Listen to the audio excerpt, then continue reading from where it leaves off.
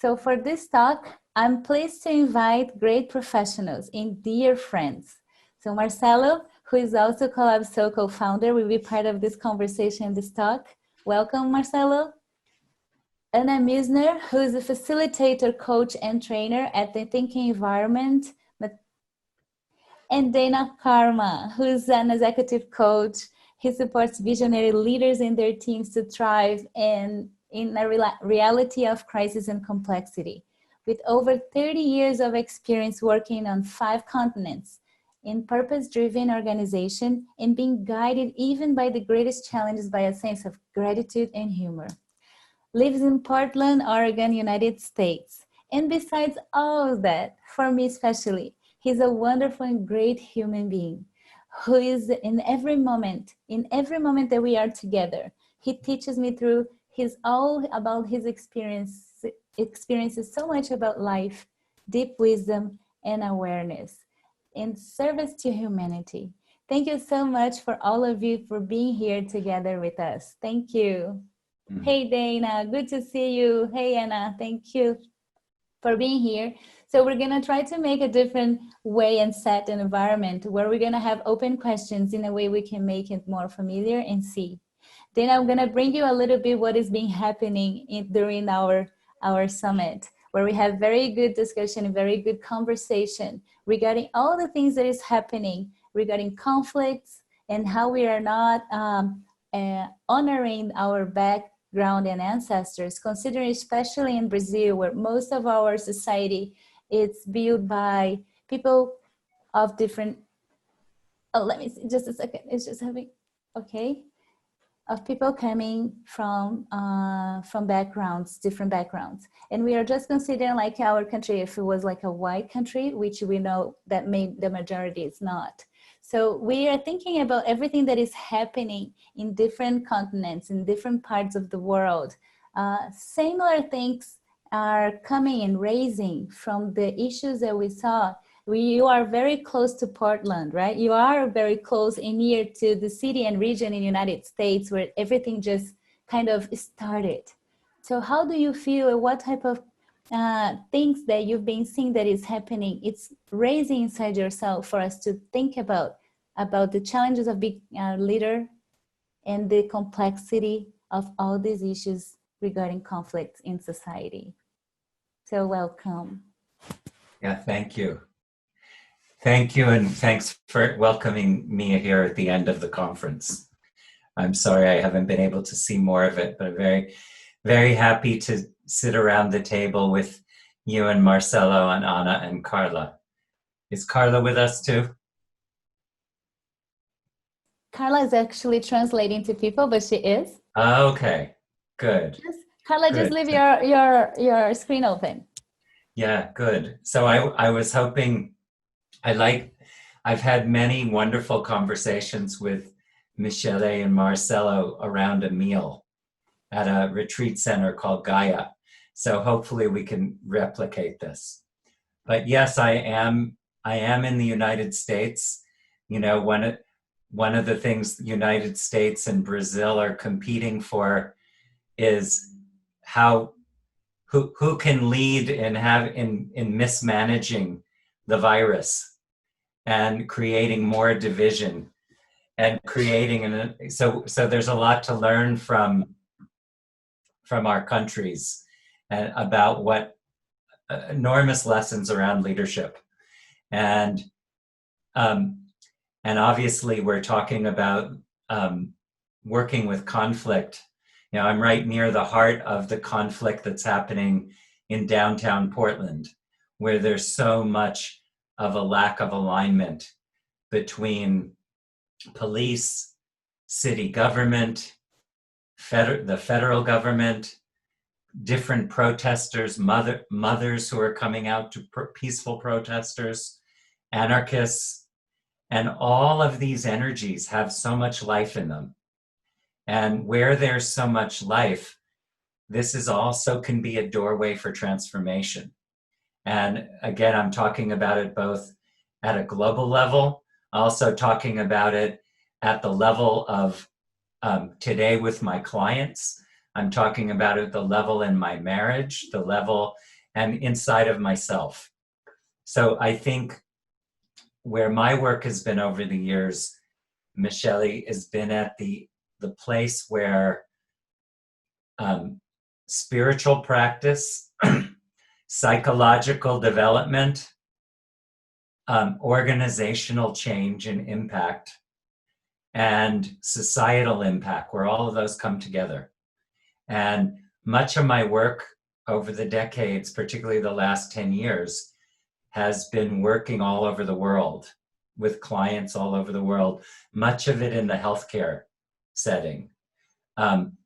But part of the tension right now, and part of the, in a way, the joy of not being on an airplane since February 5th and not being in Brazil a few times, which I was planning to be, is being able to make a difference in my home and getting to know my neighbors and beginning to create resilience, literally in myself, in my family, and in my neighborhood. So this is always a very creative tension here between having roots and also having wings, being having a global heart and mind, but also living in a place. And what is it here to create resilience and to create healing and health in my backyard? Wow, Dana, I've been seeing so many things that you've been telling me through these situations that we've been feeling as a humanity in the whole world.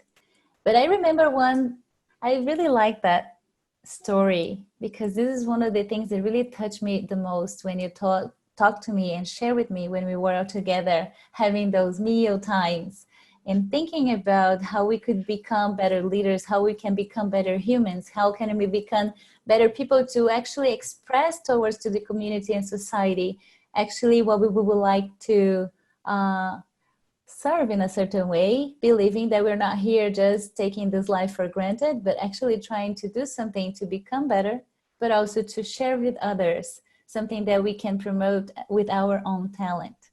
And I remember when you told me, and that was so strong to me, when you said, Michelle, self-awareness, like self-knowledge and working on myself is one of the key things.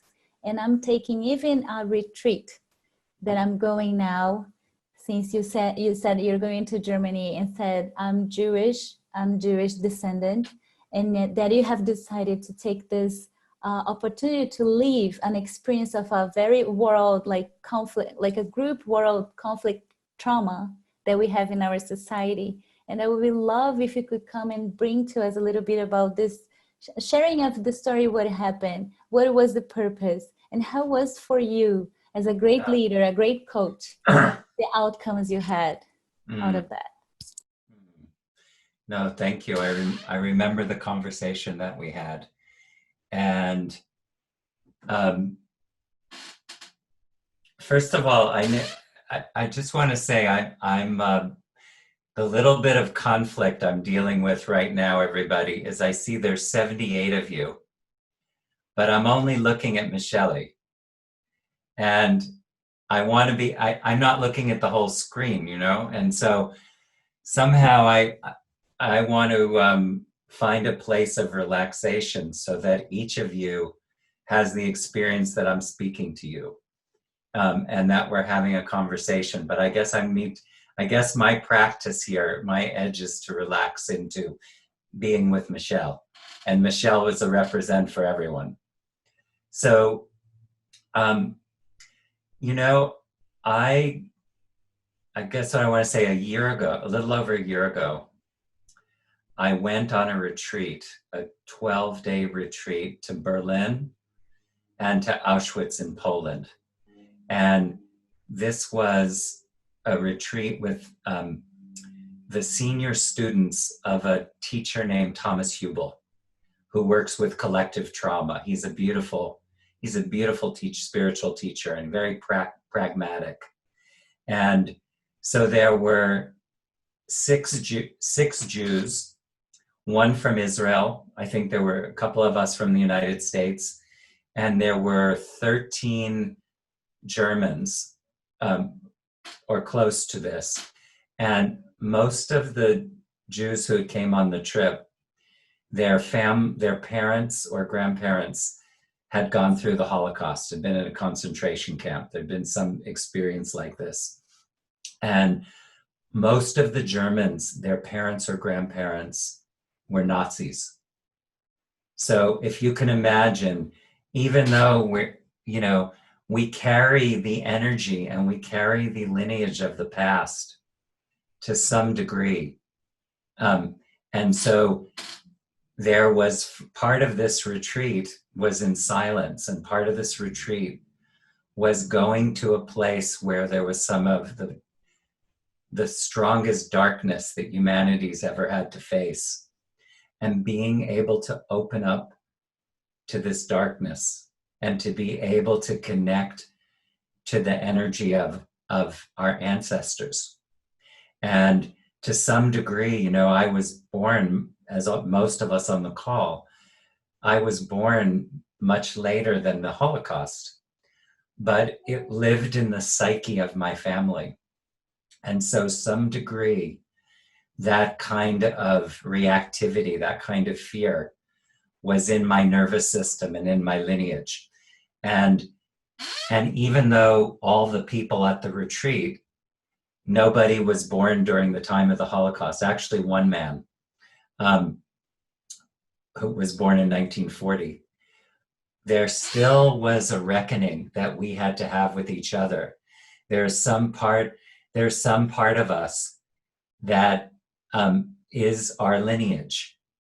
And this is something that I had made the spiritual mistake of, as a young man, bypassing my lineage and doing spiritual practice that had me feel connected with the unity and with all people, and to feel myself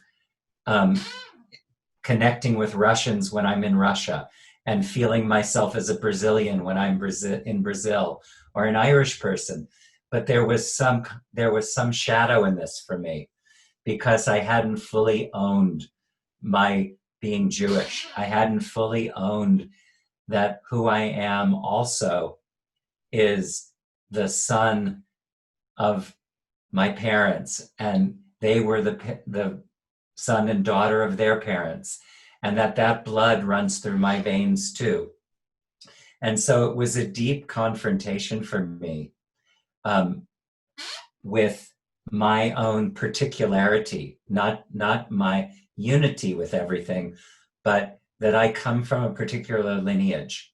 And so there was a powerful transformation that took place for me out of this.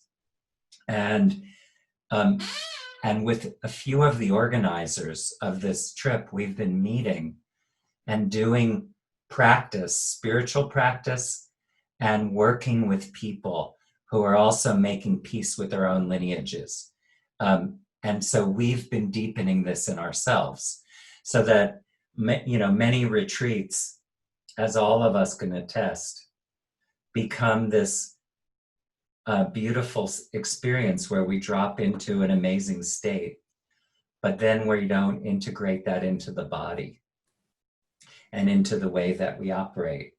And so I would say that I never had a self-identity for myself as a healer. I always identified more with impact, with warrior, but never as a healer. And I would say that this experience has had me become much more sensitive in the way that I interact with the people that I work with, knowing that all of us to some degree are carrying trauma, whether it's from this life, whether it's from COVID, whether it's from our ancestors and our lineage. And so what I find and what my clients are telling me is that just being able to notice what's present right now, and then being able to feel it and breathe with someone else, that there's something healing and catalytic that comes from this. And yesterday, I was coaching someone in Brazil, and he got on the phone, he got on the Zoom with me, and he had a big smile on his face, you know, like always, like in the beginning, we smile. And I asked how he was, and he said he was fine, but I could feel his answer didn't feel true. So I said, I don't believe you, what you just said. You're not. And the smile went off his face, and I felt this deep sadness and the sense of grief. And I said, do you want to just be together with what is here? And so we were just able to together feel what was here, what the grief was, and to be with it, not afraid of it, but just to be with it together. And what naturally begins to happen, in my experience, when we can allow ourselves individually to be with these darker feelings or these heavier feelings, and then if we can be with someone else with these wounds and feel together, it opens up a doorway. And what begins to emerge in allowing the sadness to be here, or the anger to be here, or the fear to be here, what begins to emerge is this natural arising of gratitude and this natural sense of what's already here now, rather than the lack and scarcity. And then from this place, there's a sense of creativity. And then moving into action from this creativity. But we step over, we smile, we put a smile over the fear, we put a smile over the grief. And then it has an impact in where we act from. And so this is what I'm finding is becoming much more natural for me, because I'm paying attention to myself. You know, in my meditation in the morning, Michelle, I'm noticing what's happening in the body, what's happening in the mind, what's happening in my emotional state, and then to start to just allow it. Because I want to not, you know, there's another part of me that wants to just get into action. You know, I'm addicted to action. But it hurts to try to bypass the emotion now. And I'm not as useful to other people. So I would say that this Auschwitz experience really deepened this in me, this deeper understanding that the doorway to creativity, to gratitude, creativity, and inspired action is most of the time through the reactivity. Actually allowing the reactivity, allowing the heavier emotions to be present with them. And sometimes that shows up in relationship. It shows up in conflict. And that's, we can go there too in this conversation, but being talked to death is a terrible death. So I want to stop for a moment and breathe.